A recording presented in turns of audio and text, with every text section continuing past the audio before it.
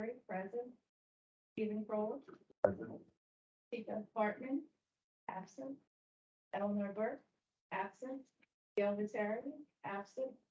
Louis Hayward, present. Lindsay Glatz, absent. Karen Stevens, absent. Joanna Farley, present. So just to note that we have, two of the required, we have 5 committee members that are required. 2 representatives from city planning. And then 1 from Parks and Parkways, 1 from capital projects. And so, we don't have an official quorum because we have some honorary members, Willis and Joanna. So we do have, 4 committee members present. But we're gonna have to email out the comments to the other committee members, HDLC, and just see if they have any comments by email. So, just a note on that. So at this time, would the committee make a motion to adopt the meeting minutes from the November 16th meetings? Oh, well, you know what? Scrap that. Welcome, Tika. Hi. And what are we scrapping? I'm delighted to be We now have an I'm official- scrapping. we or have an scrapping? official forum. Oh, well. Wait. So Tika Hartman, present. So Let's at be this time, would the committee make a motion to adopt the meeting minutes from the November 16th meeting? Make a motion. We have a motion by capital, city planning. We have a second. Thank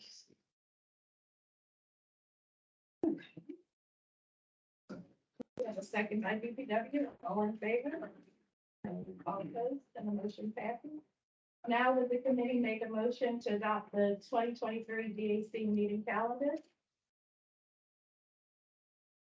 Do we have a copy of the calendar? I didn't get a chance to review it. I believe it was posted on, the city's website with the attachments. If not, it's the 3rd Wednesday of every month. I will, Well, you want to put this at the end of the agenda and all. Okay. it's okay. I just would suggest if it's Christmas week, it may not be the best time. If we could maybe schedule it the week before. Maybe the same thing for Thanksgiving. You want to make? Yeah, let's do a second week of the month for November. December. And I think that will, Okay, so we have a motion by Parks and Parkways to accept the 2023 calendar with the edits of, instead of having November and December on the 3rd Wednesday of each month, it will be the 2nd Wednesday of each month for November and December. Do we have a second? We have a second by all in favor? All opposed, and the motion passes. We will now begin with the consideration of dockets. The staff will provide a brief overview, and then the applicant will have 10 minutes to present. We will then hear any public comments, and each person will have 2 minutes to speak. If there is opposition, the applicant will have 5 minutes to rebut. The committee will then discuss the project and can ask questions, and then we'll vote on the application.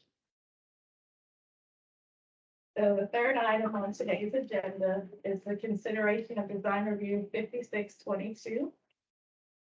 This is a proposal for a new construction 4-story, 70-unit low-income multifamily apartment building. It's located in Federal City, and the reason for review is that it's within a CT corridor transformation design overlay district. We have Valerie Boyes, the CPC staff member for this case, and we also have Alan and Kevin from the architecture firm, Andrew from the landscape architecture firm, and Blair Booth, the owner representative. So Valerie, if you can give a brief overview, and then we'll hand it over. Okay, so actually, we'll just hand it over to Kevin, if you want to start. You know, I have 10 minutes. Thanks, Sam. So the project is a new construction 4-story multifamily low-income apartment building. It'll be directed more towards senior housing. It'll be independent living, not assisted, but marketed towards senior housing. It's located in a MU2 zone. It's on the Federal City property, which is part of a special taxing district, that's controlled by the Algiers Development District. They have a master plan for the area that includes, a mission to create a walkable, diverse neighborhood inside of the decommissioned Federal City, area. And so this project is the first of their housing, would be the first of their kind of housing projects to go through, and they're excited about being able to use, the first one being a low income tax credit project. With that, they're using a special pilot funding program that's being directed by the state, to not only get low income housing tax credits, but it's also, it's required to get certifications from Fortified, Multifamily Gold and, Green Enterprise Communities, as part of the state's mission to provide affordable housing and resilient affordable housing. The project is 70 units, as Haley mentioned. We meet the parking requirement of one parking space per unit, and goes beyond the ADA requirements with minimum ADA units required to provide 15. The building was cited. Can we move to? Actually, I guess before we talk about how it's cited, we'll talk a little bit about the area. You can see in the top right, kind of barely, there's a historic building that was built around the 1930s that is kind of immediately adjacent. It's on the property adjacent to ours. And that is owned by the same client, and it has future development plans to be housing as well. We don't know when that'll happen, but just or it's not technically owned, it's still owned by the ADD, but they're working with the ADD to come through that. The site's in the process of being re-subdivided. You can see in the bottom right that the site is currently includes what was originally the parade grounds, the historic parade grounds for this for the Federal City military base. And then our lot is sited to the bottom left at the corner of Hebert and Guadalcanal streets. It's in a zone X, protected by the levee.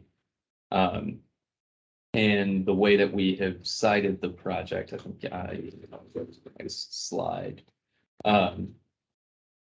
We've pulled the building, put the building forward to promote a walkable urban neighborhood, and put the parking kind of to the side and to the rear, as well as kind of trash and loading zones have been put at the rear of the site. You can see some images of the kind of context to the left. These are buildings that are within the area. The building 10 is the top right image, which is the historic building. And that's really our most immediate kind of neighbor that we would be relating to architecturally. These other ones kind of give you an idea of the varied scale and aesthetic in the neighborhood. And then at the bottom, we can show, and we'll get into this a little bit more, the elevation of our building to the left in respect to the building 10, historic building to the right. I think we can go into our site plan. This is really more of a site zoning diagram, and then I'll let Andrew talk more about the actual landscaping and civil design. But here you can see how we've put the parking along the rear. We have an entrance on both Guadalcanal and Hebert Street. We're designing for a porte cochere on the right there, kind of aligned to the center of the building in the future. And with that, we've raised the site to have kind of a zero threshold, so that as you drop off there at the backside, we didn't want to, have a lot of ramps and everything, for the kind of senior living, tenants. We've provided the landscaping per, the zoning requirements.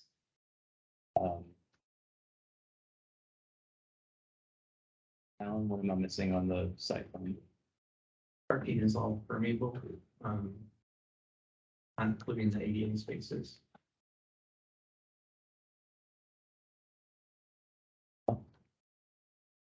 So I think that pretty well covers the site plan, and we'll go over the building and then let Andrew talk in more specific into the landscaping. Now, it's like, I have 3 more minutes. Okay, all right, well, then maybe, yeah, if you can go to the next slide. This is the existing demolition plan, so there's a portion of a basketball court that we'll be demoing. There are a couple of existing trees on site, that will be demolished, and those are, in an effort to put the building closer to the street to create an urban environment, or a more walkable environment. I think you can get to the next. Keep going. Keep going. Sorry. Going, sorry.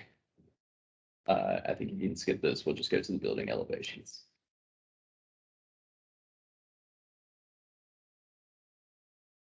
So as you can see here, we've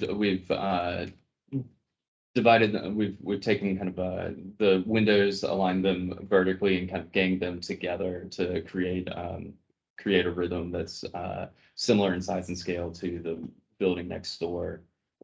We've put the building on a kind of brick pedestal at the ground floor with, fiber cement trim, and paneling on the upper 3. The building entrance, we have our primary entrance faces Guadalcanal. And then on the rear side, we have the kind of entrance from the parking that are aligned. We do have an entrance on Abear. It is kind of a secondary entrance with primary being on Guadalcanal.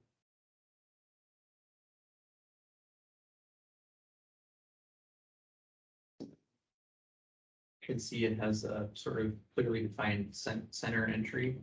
And that's sort of taking cues from some of the surrounding existing historic context buildings, mainly the one that's directly adjacent to our site, which has this sort of central entry facing Guadalcanal Street. And we're, in terms of materials, we're looking at an all brick base, some tone probably relating to the existing red brick buildings that are in the area. And then above that, we're looking at cement board paneling with some trim details to help give depth to the windows in addition to painting.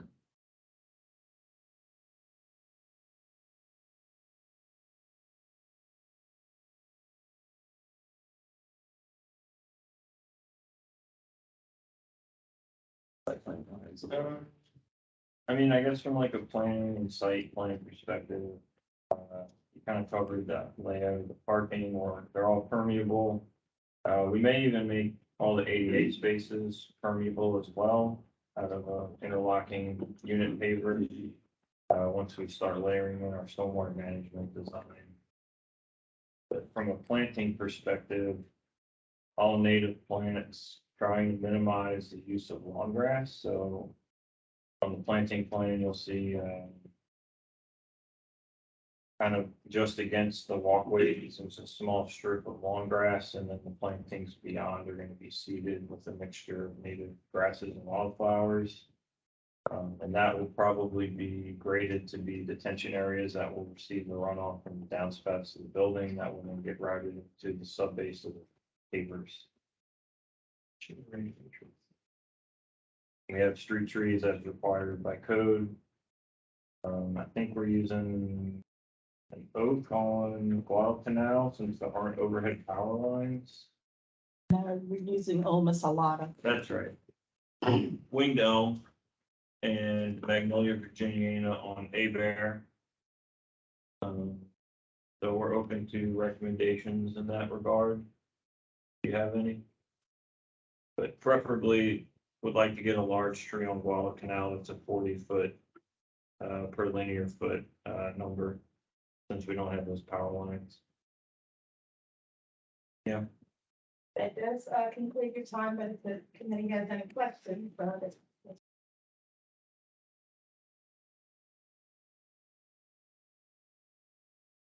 I know usually we get into massing, et cetera, in terms of building. When you say you're removing a couple of trees, Mhm. you're removing 3 significant live oaks.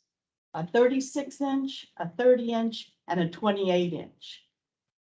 These are significant trees. I also find it interesting that what you do when you're doing your perspective or of the rear of your building, you're choosing to frame it with existing live oaks, which are a significant piece of the nature of this site.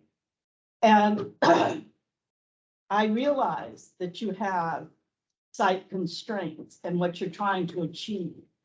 I just don't understand why there does not seem to be any responsiveness, or maybe I have missed what exercise you have used to perhaps make one of the live oaks a site feature. Yes, we can plant all the trees we want, and certainly that's by code. What I think you're doing by not even rescuing one is anyway, that's a personal thing. I mean, there could be a courtyard, there could be any other number of responses, and I'm not sure that y'all have explored those. And you may have, I haven't seen them, but it certainly doesn't appear with this particular design that you are responding to the character of that parade ground of that site.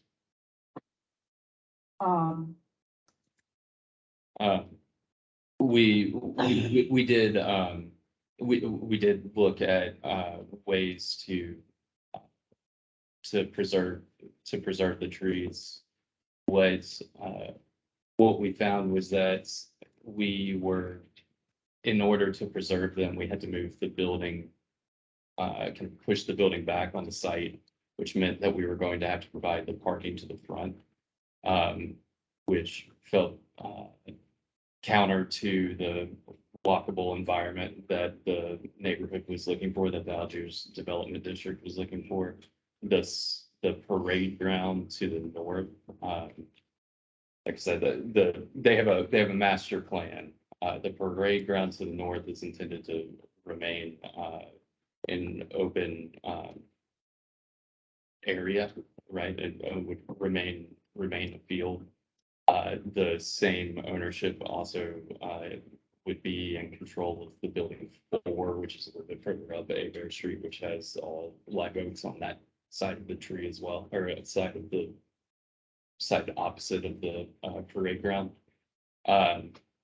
And so all of those trees from the parade ground, the side, building 4, would all be maintained, and that kind of approach along the street on Abear would be maintained. Sorry, Abear So if you, Guadalcanal is the one. Guadalcanal is Okay, the so street that Abear we're is the facing. side. Abear is the one that goes kind of parallel to the parade grounds. And so in talks with the Algiers Development District, it was preferred that we kind of maintained an alignment, kind of building alignment with the federal city, with building 10 adjacent to it, so that the kind of street was maintained, the kind of environment along the street front was maintained. And that's where this kind of site plan came from. I would tend to argue you could do that and maybe just jut your building back in a section but that's beyond my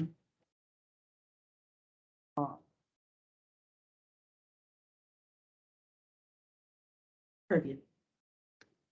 I have some other comments on the landscape plan, but you want to go on with, normally, I guess, massing and all of that sort of stuff is. Well, see, I tend to agree with you, and, I was hoping that Miguel from Capital Projects and Eleanor, from HDLC would be present, to kind of talk about the architectural massing. I agree with Tika, we do want to have that walkable environment by having the building as close to the sidewalk as possible, but you could, instead of having a rectilinear building footprint, you could have just towards the corner, have that portion of the building there and then set it back and have like a courtyard with those trees.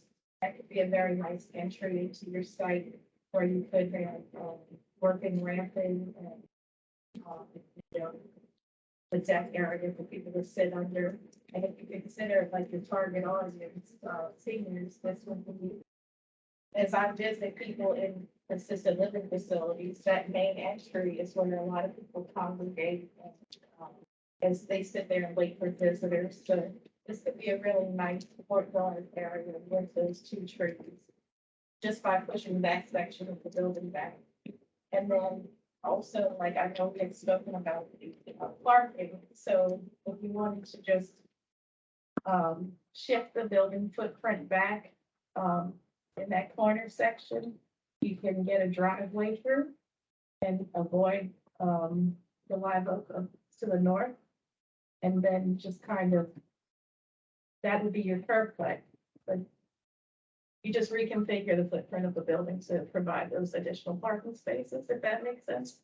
But I also was gonna comment that there is, since the adjacent development has a curb cut along Guadalcanal, maybe you can look at sharing that entry, and that could create more space for, off-street parking. So, but we don't have Eleanor and Miguel here to make those building, architectural design comments, but that was one of the things, that I was gonna mention. The difficulty that we have there is the financing really requires that they have 70 units. That's part of the that's part of their like pilot requirement or whatever. And we wouldn't, now maybe would be able to share the, you know, we looked at if we shared the drive, what could we get out of that? But we were still short on the allowable or on the required parking. Okay. Isn't it possible to get variances on allowable parking? You stated you had more, not that I want to take parking away from anybody who needs a handicap parking space, but there are alternatives. I'm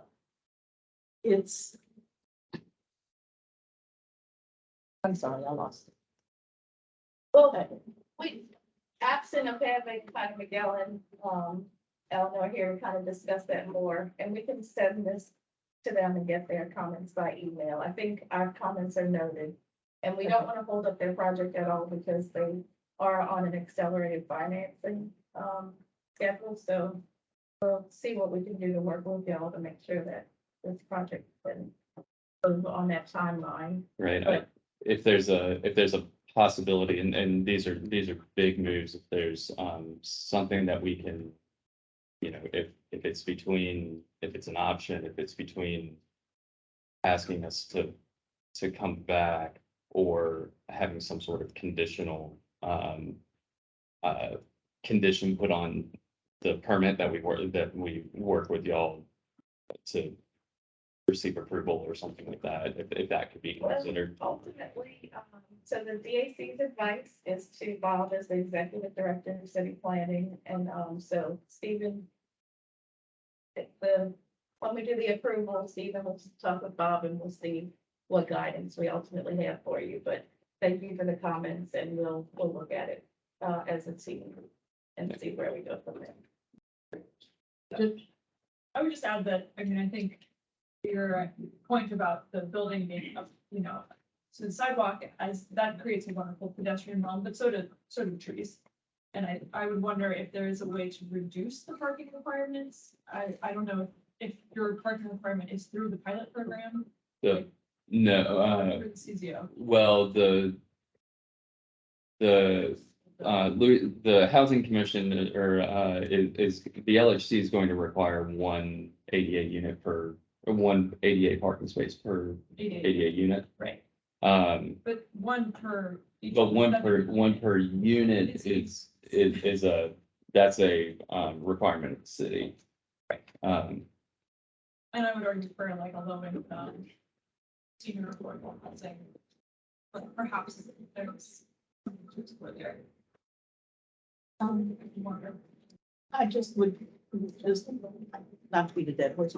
I understand that you want street frontage and that's kind of an engagement, but a possible corner park or kind of thing that's available to other residents is also quite nice. No. And We have considered having instead of doing, landscaping, in the front of the building, we have considered making that, a landscaped courtyard. That would be an amenity to the residents. That would be along the street. which, if that could be incorporated so that the live oaks could remain. Just a note on the landscape plan to hurry us along. Again, I appreciate the fact that you, in the, far corner, you have two, I know you're Virginianas, I would suggest strongly a nice size caliper live oak. Regardless if we reconfigure to save. And existing, Yeah, I mean, Okay. two Virginianas versus one significant live oak is indeed preferable. what about like a cypress? Since we're gonna use that green space to contain stormwater. You Just also have Not one, openings. I mean, we can certainly discuss Okay. species later. I just want to point out the two Virginianas are basically twiglets. Okay. I'm sorry, in terms of comparison to what you are, I'm not asking, well, I am asking, but, for all three live oaks to be retained. Yeah. But certainly, it took a long time for a 36-inch live oak to grow to that size. Mhm. And so anything you can do to ameliorate that, Particularly because they're set back far enough from the sidewalk so that their roots are actually healthy, right? It's not like it's St. Charles Avenue live oak where its root system is being bound by pavement on all sides. yes, and I mean, I know that there will be constraints in terms of being able to do that and make sure that the survivability of it. I'm just, so. The other thing is, we don't have a lot of experience with the wing down, so I would suggest at minimum, alternating, say with a nut off Okay, or a sawtooth. Also, your plans don't have the 18 trees required. Also, they don't seem to be follow the city regs on the distance of, from catch basins, et cetera. So we need to take a look at that. 18 trees along Guadal Canal, 18 trees on the site.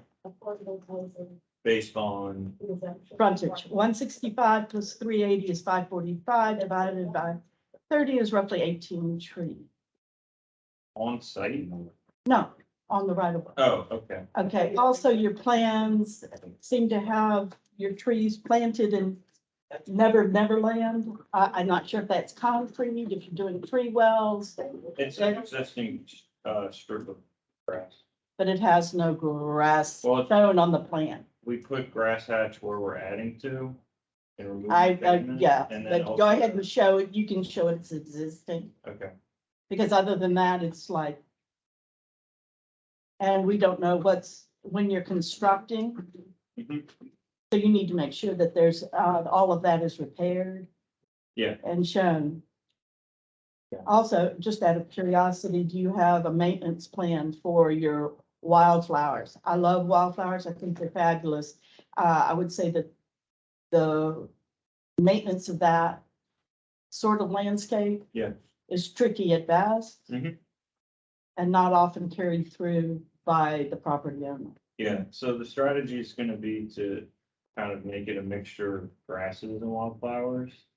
To kind of ease that original maintenance requirement through the establishment period, so that it kind of prevents weeds from taking root.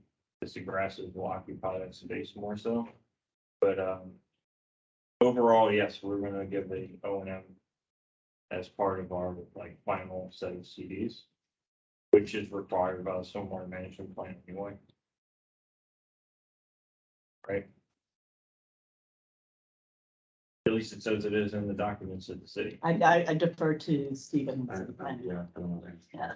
So I believe the it's true. permits will look into that. Yeah, so when we submit for a permit, because those features will be designed to detain stormwater, their operation and maintenance will be part of our submittal for the permit. I think there may also be a maintenance plan required as part of the Green Enterprise Communities bill. Yes. So that's in addition to the city requirements for us to maintain that certification.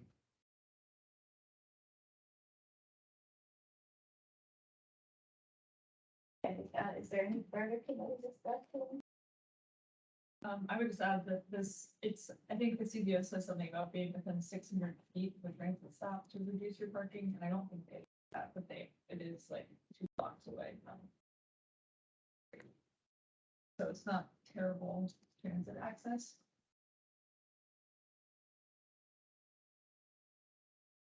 I wonder if that can apply for the whole site. Oh, interesting. Yeah, We can look into that. it just, when we think about transit density, low income households and senior households can heads up, so I think. From that perspective, having one parking space per unit. seems-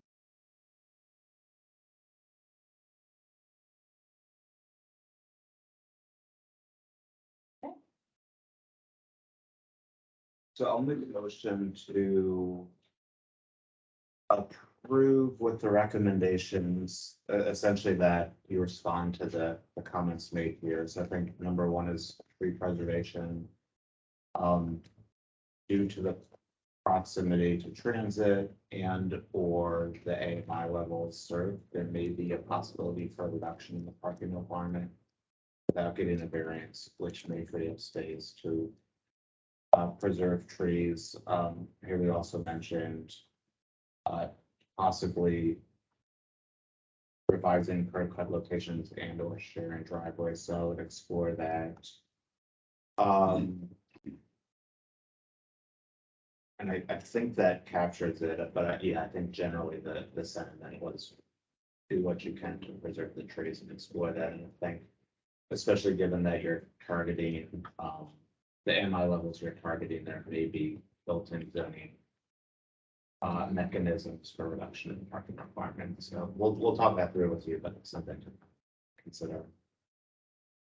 And a little amendment, to incorporate courtyards into the plan for usable space. Okay. So we have a motion by city planning for approval, subject to the provisos mentioned. Do we have a second? Sure. We have a second by Parks and Parkway, all in favor? Aye. Aye. All opposed? And the motion passes. Okay, so team, Valerie joins here, she's your contact person, and, we will be able to help you all through the next process, understanding the timeline that you're on. So if you could just get to working on looking at those tree preservation methods, that would be great. Thank you. Thank you, everybody. Thank you.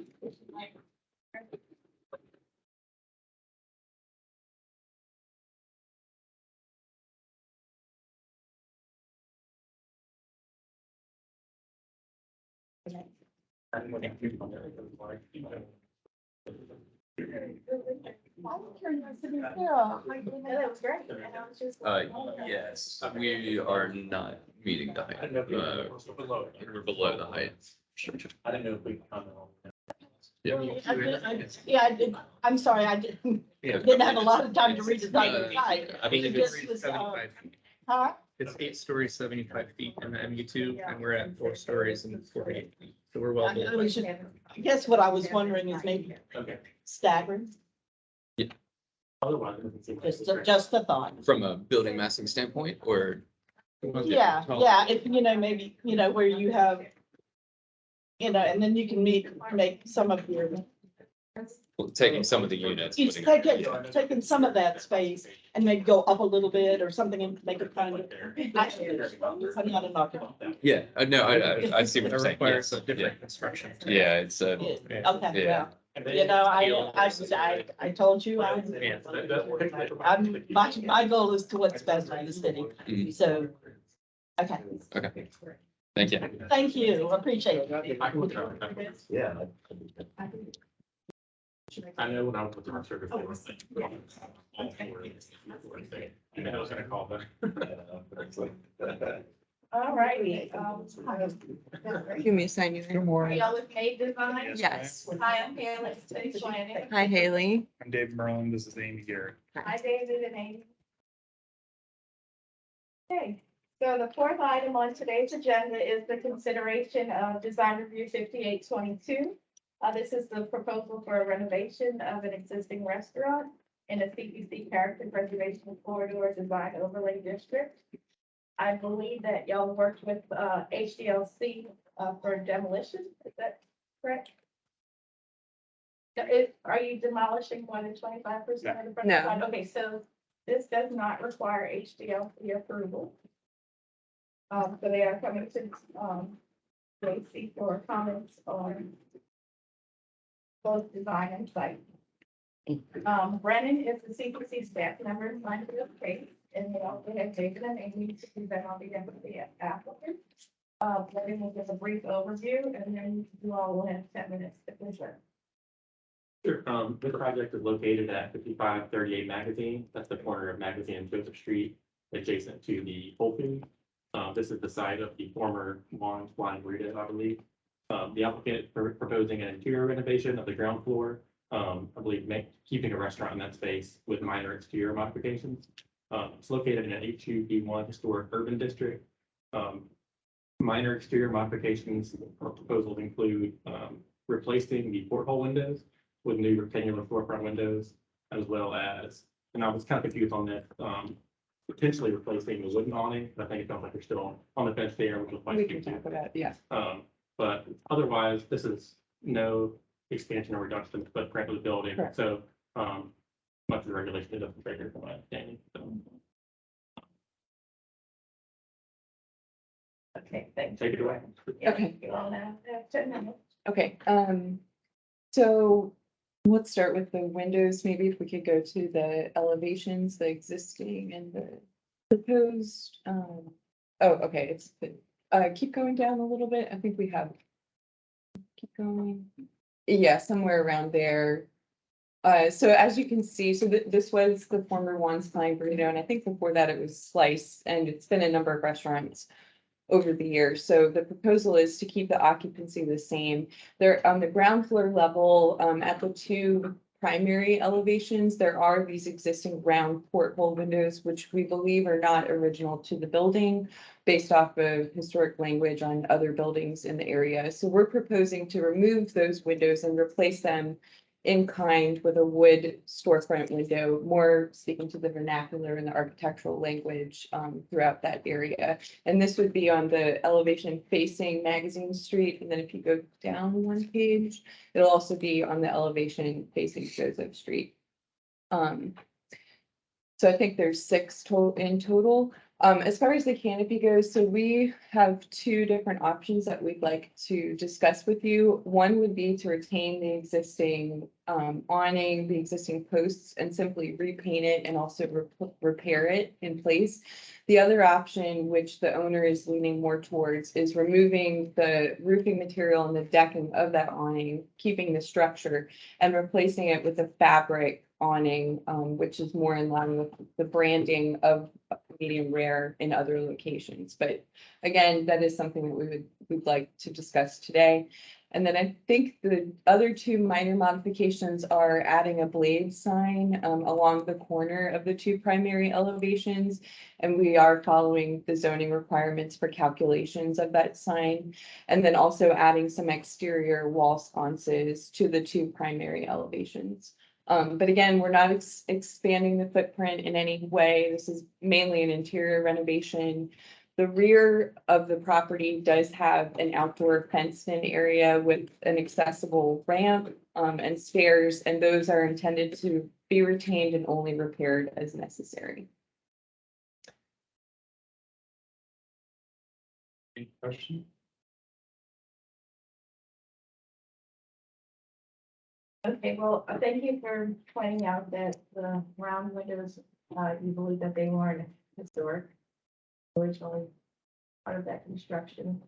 We do not have, two committee members present that we usually have, Eleanor and Miguel, who can speak to the architecture.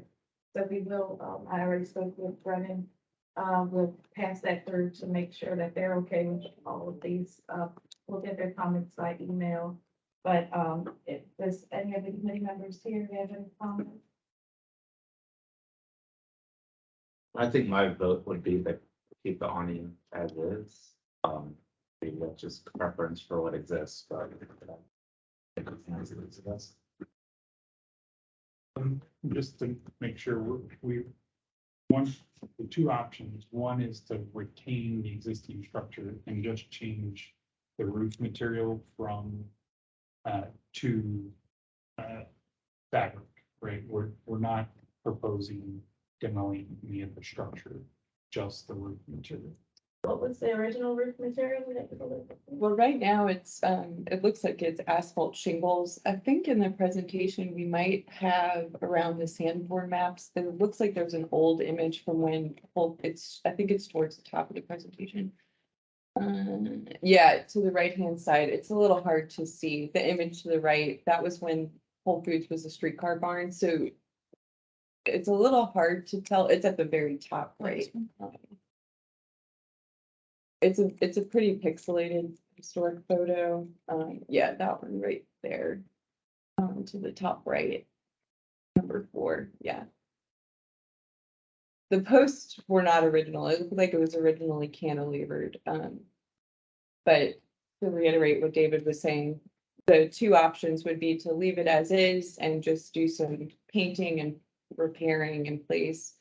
And I think the paint would go to that red color, which is part of the branding of medium rare. Or the other option would be to leave the structure in place and remove the roofing material on the deck and provide a fabric awning over that structure. Yes, I think that one. I'd be curious what Eleanor has to say, but I think from our perspective. Is there a possibility to go back with just the cantilever without the column? And y'all explore that. I'll provide her, well, Brennan will let her know what we discussed here and we'll get that comment for you Yeah. later, but have Well, you explored that? The columns are existing right now, so just for cost and also like embodied energy, I guess we were proposing to leave the Okay. columns that are there right now. You think maybe the columns came into place around the time before windows probably did, 1950. Attractive look, it's fun, moving it forward in time. But just a quick question, so you wouldn't be doing any advertising or anything on the structure, be it canvas or painted?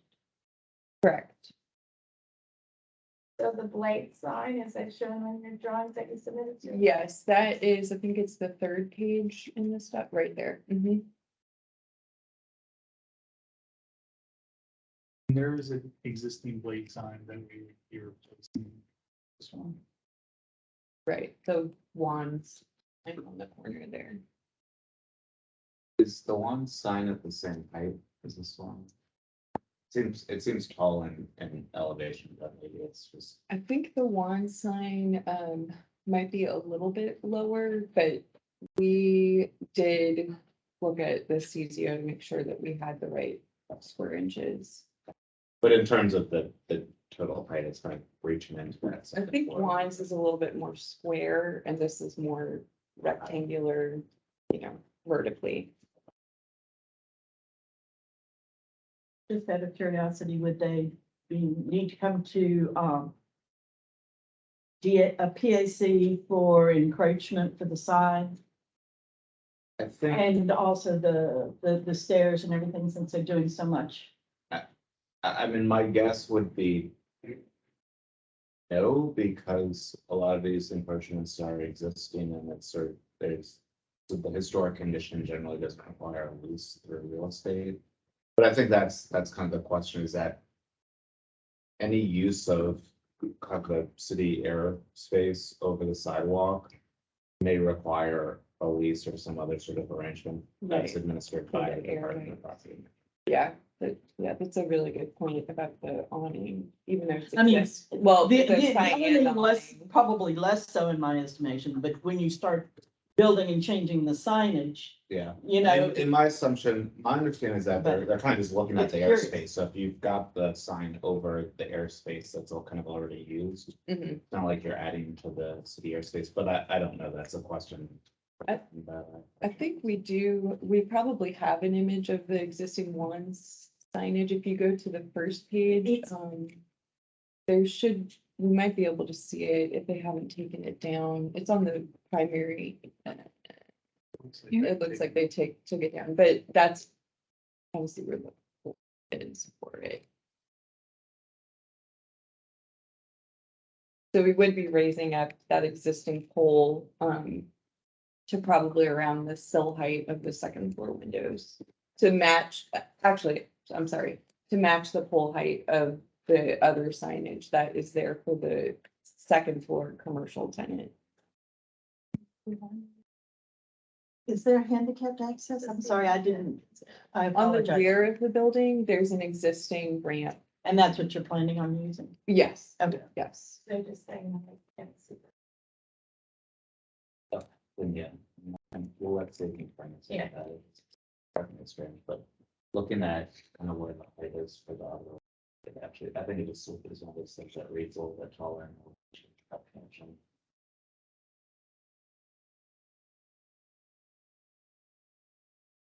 Okay, so let's see how we can possibly phrase this motion, considering that we do want to pass it to 4 hours. I mean, I would just make a motion for approval with the notation that we're gonna seek, written feedback from a couple other members of the committee that are really here, but I would just phrase it for approval. I'll make a motion for approval, I think is what I'll say. Okay, so we have a motion for approval by city planning,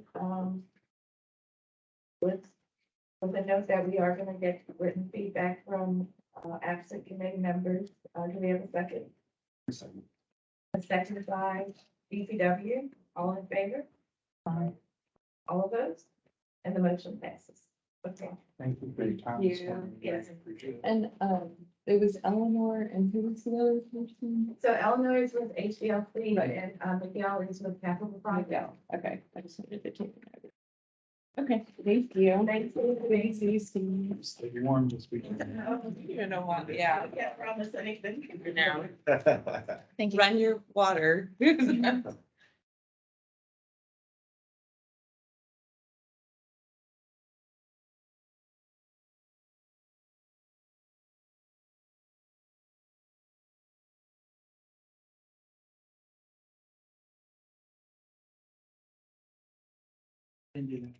Okay. Hi, are you Kevin? Yes, hey, how are you guys? doing? Welcome. Welcome. I have some guests joining us today.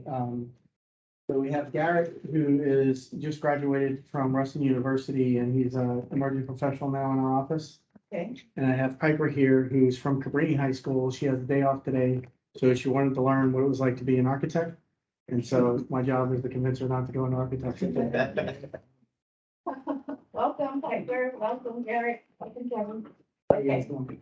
So the fifth item for consideration is final review docket 5922. This is the proposal for the Golden Garden batting facility.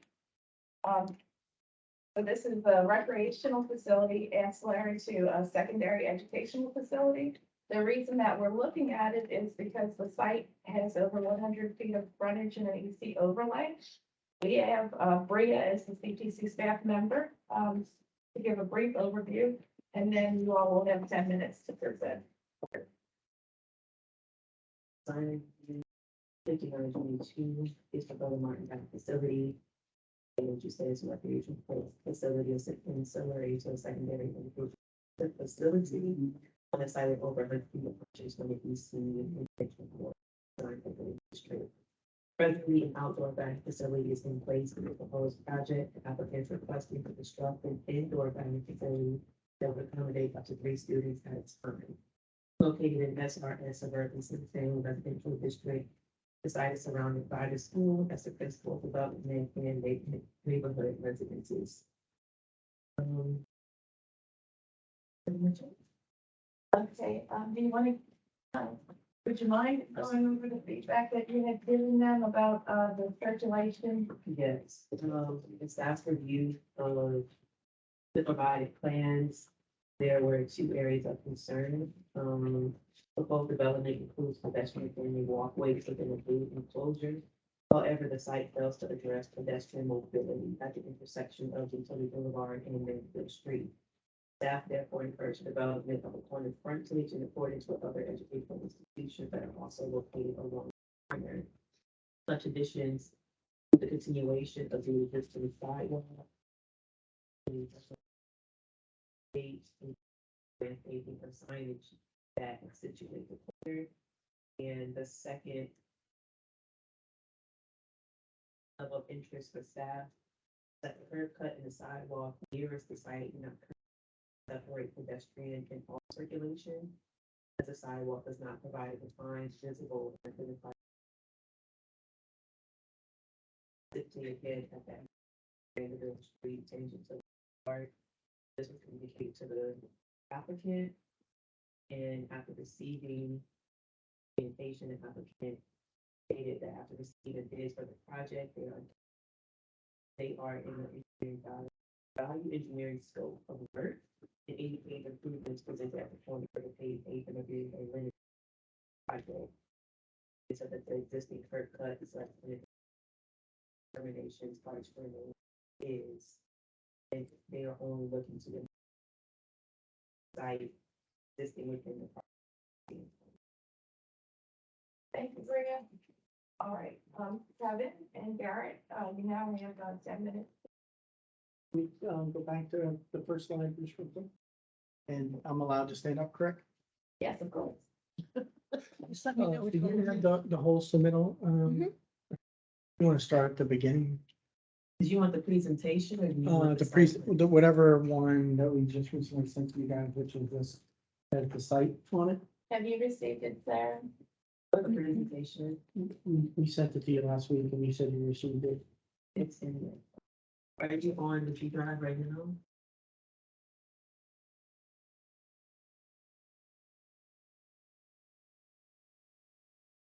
Okay, while we're pulling that up,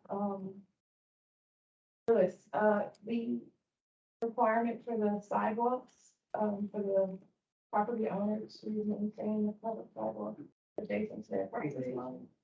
Is that, is this, accessory structure that they're constructing, does that trigger that requirement?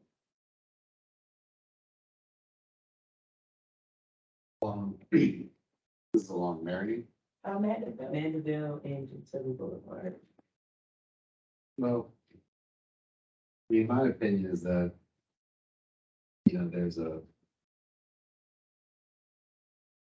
there's always a requirement to maintain your site.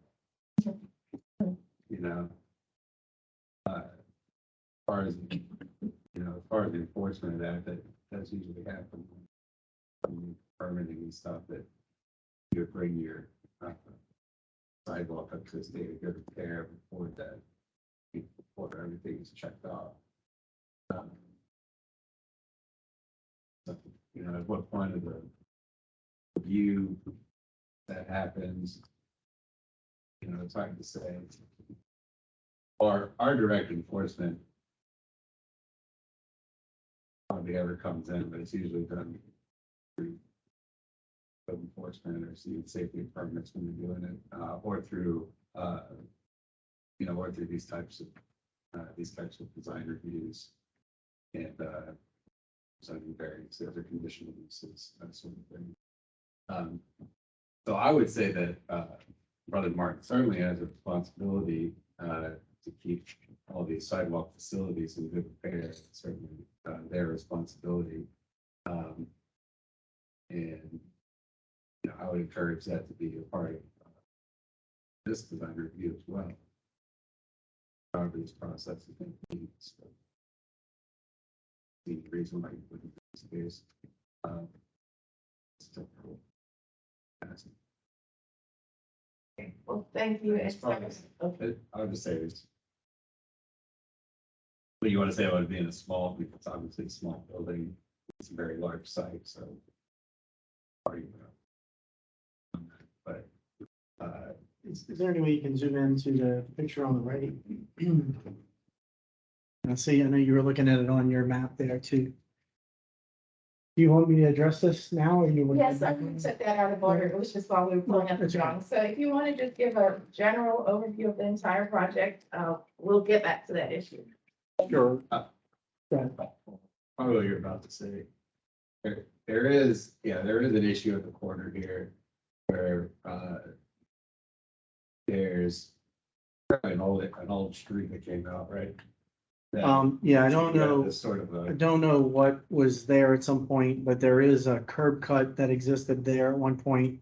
I don't know if Jen Tilly did some improvements. the way it's shaped, it appears to be an old street that was probably removed for the expansion of the field or something. But it certainly looks like a full intersection. It's not an old driveway or anything. So it looks like it was kind of a three-legged, five-legged intersection at one point. When that street was removed, you know, no one ever went back and improved the intersection to kind of bring all that together. So it's kind of looks like a crosswalk now. Sure. So first of all, the requirements for us falling under DAC review is that the property fronts onto Gentilly Boulevard. Right now, that has an existing sidewalk that runs from here all the way to here. It is broken up in several locations along here. I will also say that if you were to get to this corner where we are doing the improvements, any ADA transitions or anything of that nature do not lead you to any of the other corners are not handicap accessible as well. So anyone who was wheelchair bound would not be able to cross the street and continue on a pedestrian sidewalk because of the change in elevation on the other curbs. We initially, can we go, if you want to zoom back out? Well, I'll just say real quick, this side of the property does not have a pedestrian sidewalk. This is all the ball field on us. Brother Martin has discussed in the plans of a greater idea for the campus would be to potentially acquire that street. This is their current parking lot. This is their baseball field. This is a horrible street. It is not even paved. It is crushed seashells. And that is a public street owned by the city of New Orleans that is just ridden with potholes there. There is no sidewalk on either side of that. Brother Martin is in the process of, they just fenced the entire property here with a decorative fence because the student cars were getting broken into. They were going through about 5 windshields getting smashed a day for a while. And so they went ahead and paid the money of getting the entire parking lot fenced off. Right now, the property that we're looking at is fenced off with chain link fence. At some point later on, they will come back with a more decorative fence that's more conducive to the other areas of the campus. If you zoom back out again, let's go kind of just quickly page by page. This is the facility as it exists right now. It is around 1,000 square feet, is a single lane of batting structure. What happens is every time it rains and a lot throughout batting, a baseball season, it rains quite often in the afternoon. Baseball practice has to be canceled. So, in order to try to do that, they've been sending students over to UNO. UNO has a facility that they can borrow and rent out sometimes. But Brother Martin made the decision and tried to say, hey, let's get rid of this structure and give you something that's covered. Jesuit, Delgado, and maybe Rummel all have an outdoor batting facility that is covered. Most of those are a pre-engineered metal building that is nothing more than just a roof structure with metal framework. So imagine just putting, a roof on top of this. That is the only architectural component, if you will. So we did go a step further with regards to the design and what the project is. These are our neighbors. So this is the neighbor directly across the street. I don't think that they have any objection to anything that we're proposing to build there. And in fact, quite honestly, it would be an improvement to what they look at today because they're looking at that other batting structure. This is the surrounding buildings, which is, we're going to basically follow the same vernacular. It'll be the same brick and the same finishes of that will be extended over into the batting facility. And then these are on the other side of this property where I said, I'm sorry, if you want to go back though. These are abandoned houses that are on the other side of the property as well that have been vandalized and graffitied that are directly on the other side of the property. Brother Martin has made, if you want to go to the next page, a very conscientious effort with regards to landscaping of their campus. David Wagner, if you guys know, is an architect, does a lot of studies on wastewater, water management within the city, and did a lot of projects for Brother Martin that treats water management and controls of water. When we first started this project, it was 6,000 square feet, which triggered us into the stormwater management plan. The 6,000 square foot facility came in about $1 million over budget. So we went back, we redesigned the facility, got it down to 3,700 square feet. So we cut out a lot of the building program, and that's the smaller footprint of the building that we're dealing with now at this point. If you want to go on. Those are just some examples of landscaping at Brother Martin. This is that corner that you were referring to, whereby this is Mandeville Street, this is Gentilly Boulevard. If I were to head down Gentilly Boulevard, the sidewalk down there, which is a city sidewalk, is broken up throughout numerous locations down that way.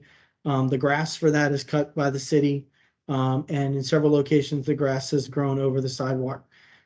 This is the termination of Mandeville Street and where that curb cut is, where you mentioned there. That is the gate access that they use for vehicular access onto the property. We were going to redo the apron here, and we're trying to value engineer the project to even make it feasible to go forward. And so we've elected to cut that out of the scope of the product as well. One other obstacle is that Entergy power pole here was placed some time ago, which has guy wires that come down onto the property. Brother Martin had relinquished some of their property along the front of Mandeville Street to Entergy to allow those guy wires to be able to come down. We have petitioned Entergy to find out if that power pole could be removed or relocated to the other side of the street, or moved up the street to where those guy wires did not come in conflict with the property. The price tag to do that was, I think, $37,000. We elected to leave the power pole where it was.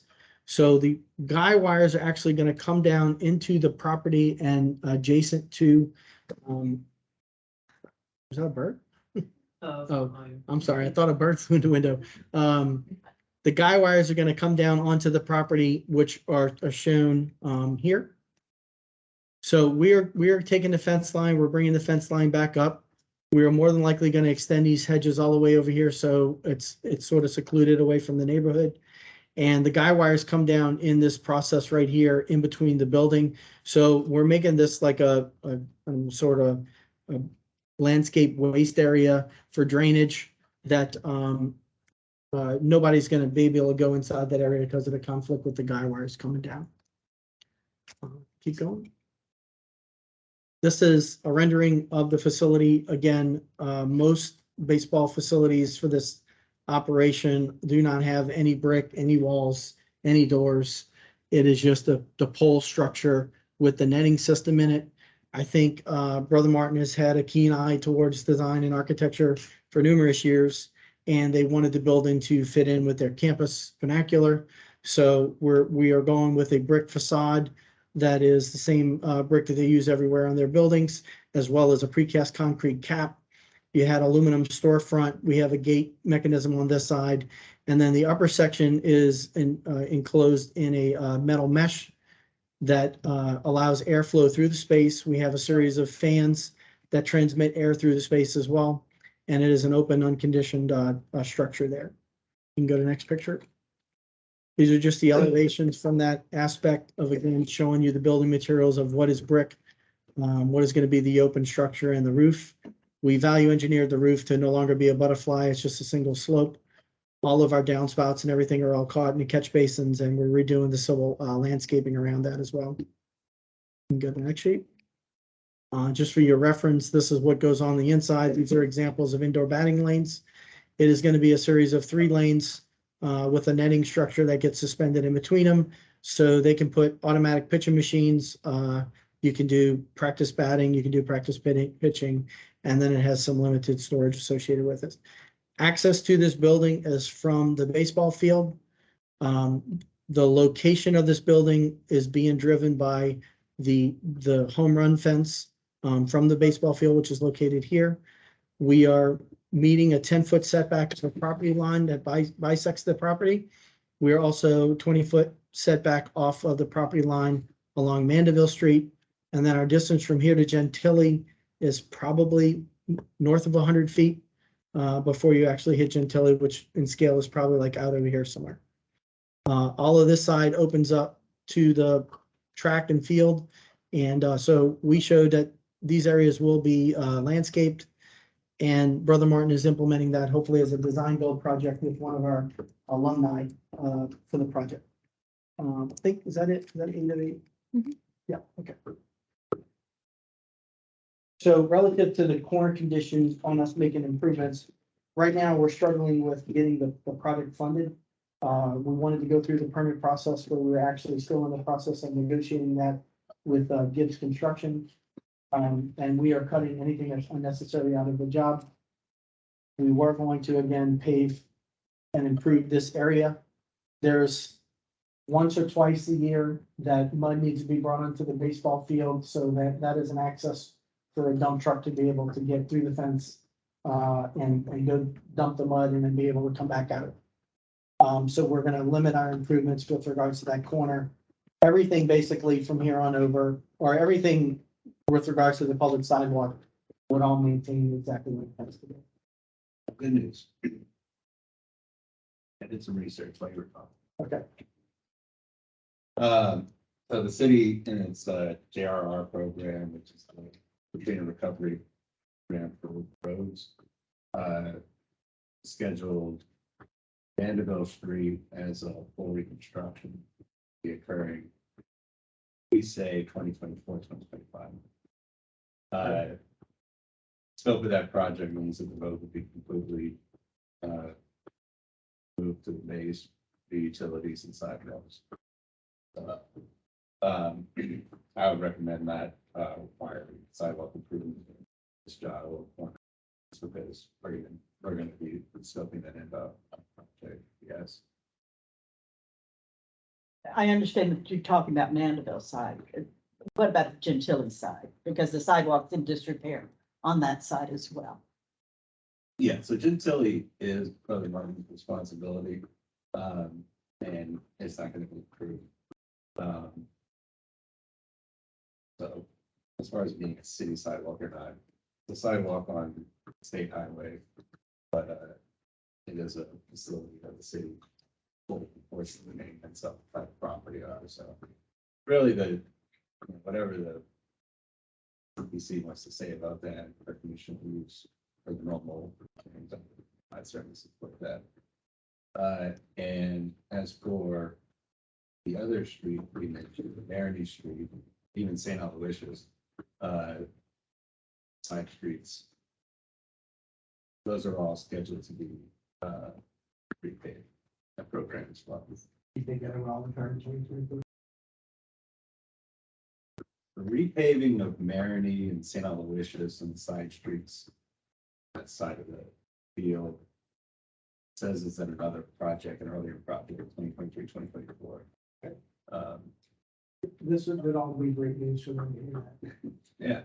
Yeah, In the grand scheme of things, can you go back to the very first slide?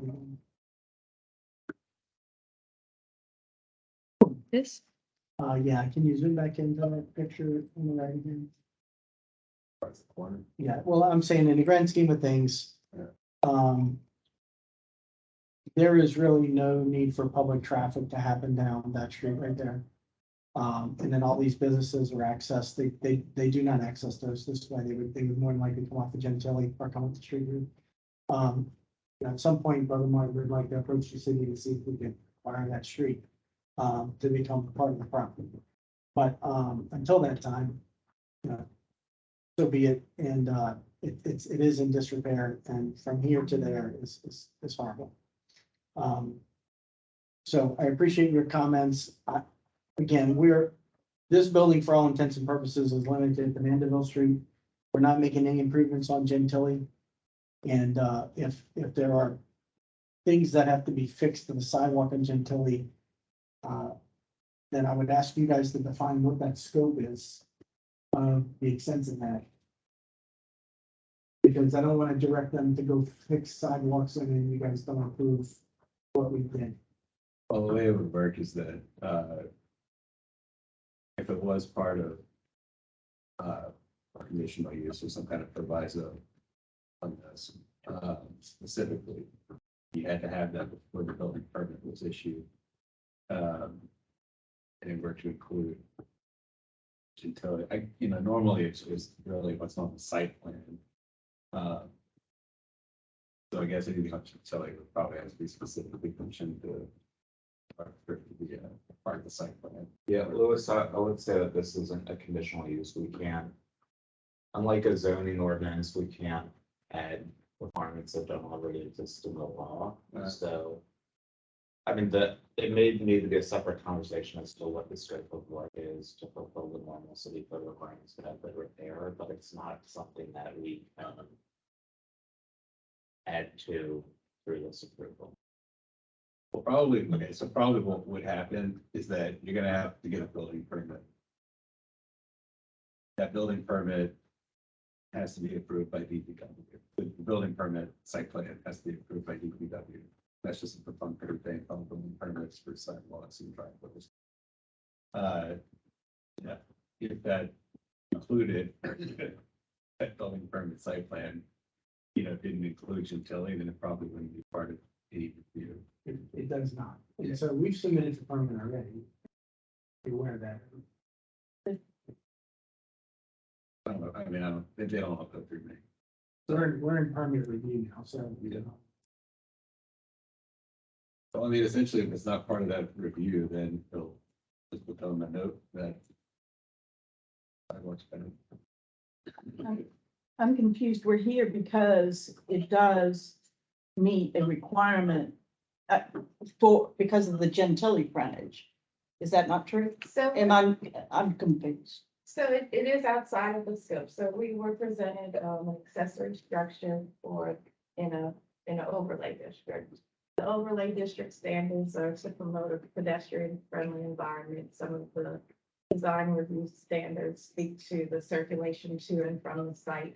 So that's why it got brought up. But we need to work with DPW to understand what is very specifically required under the city code. Sure. So now we have that clarified. And I think that we can move forward probably with the motion. We just want to make sure that you understand that the purpose of our review is to look at it in this overlay district and that all development would promote this environment. Sure, and so having, come before you guys as a board before, our committee before, more than likely, we're presenting projects similar to what your two previous presentations were. There's a reason why we're doing a DAC review and the property fronts, on the condition.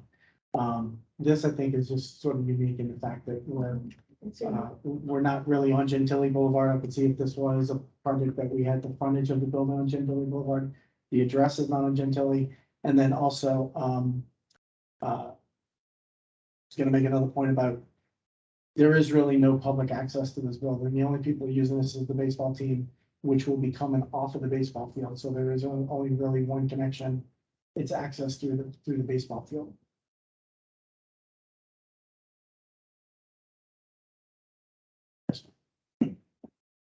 Sure. We'll just comment that the parcel does front on Gentilly, but we're looking at the entire parcel, so Understood. it would include. Okay, good. And this, two things. Instead of, I understand your plan to have your dump truck access from the corner, which does not lead to a pedestrian friendly, or Gentilly friendly area. So is there not a way, I would suggest, first of all, dump trucks are incredibly heavy and would end, is there not a way to schedule such an access between the two ball fields? And you don't have to answer me, I'm just suggesting that rather than engaging your corner to deal with to deal with an internal issue. And it seems to ignore the pedestrian and going to your Walgreens and wherever else, sandwich shop down the way. I'm sorry, no, Louis? I disagree. I mean, Okay. I think that when we rebuild that, we'll have a curb cut that's not gonna overlap the, corner ramps or anything. Well, just from what they showed, I'm just suggesting that it be looked at because that can serve both fields. And rather than, and allow you to, should you want to, Sure. and Can you- engage maybe somebody else who wants to do ball practice or something else. There's a huge change in elevation the further you head north on Mandeville Street from the sidewalk to the field.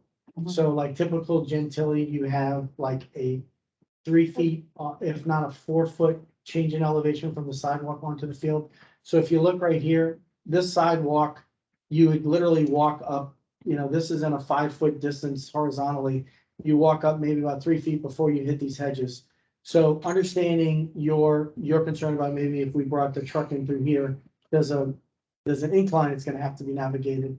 Again, the dirt brought onto the field is once or twice a year, depending on refilling back into the baseball. And if you go to the panoramic view, which I think is the next photograph or two. Okay, after we look at this photo, we would like to wrap up the motion because some of this stuff is outside of the scope. We didn't want to bring it up just so we can discuss it. So at the end of the day, nothing is gonna change from what's there now. And if a project is gonna come in, I would assume they're gonna complete the corner at some point to tie back into that pedestrian walkway. Okay.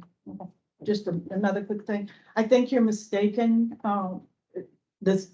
The property, the maintenance of the right of way, the green strip is not maintained by the city of New Orleans, to the best of my knowledge. Okay. That is the responsibility of the property owner. So just to clarify, that is, I can double check with them, but like there's. I promise you, we don't mow it. 3 fingers, we do not mow that strip. I know that Brother Martin may mow it. It may not be their responsibility. It is their responsibility to maintain to the street, sir. Okay. Okay, that's just a quick one, and if we have any say so, we'd love to have the reestablishment of the live oak canopy on Gentilly Boulevard.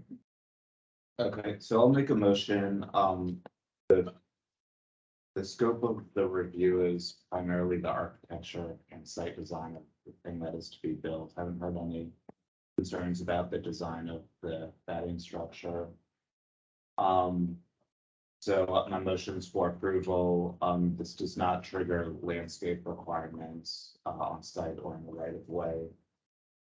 So I'm not gonna include that in the motion. So motion for approval, I will, obviously all of this has to do with how does Brother Martin eventually, as it expands and rebuilds and the city repays and everything, create a more cohesive streetscape? So, you know, I think Brother Martin needs to think about that in the long term and not just think project by project, but ultimately how it's gonna tie the streetscape together. And should coordinate that with DPW, but that being outside of the scope of our review is just commentary by me, so approval recommendation.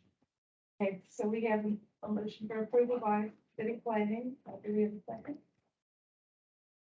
We wouldn't ask for Eleanor and Miguel to look at? It's not necessary. We can send it through to them, but we can just make our motion now. For approval. We have a second? We have a second by DPW. All in favor? Aye. All opposed? The motion passes. Okay, thank you, Kevin, and thank you, Garrett. And remind me your name? Piper. Piper. It was nice to have you all here today. So hopefully one day these ladies and gentlemen representing the firm against you guys, you know, if you guys.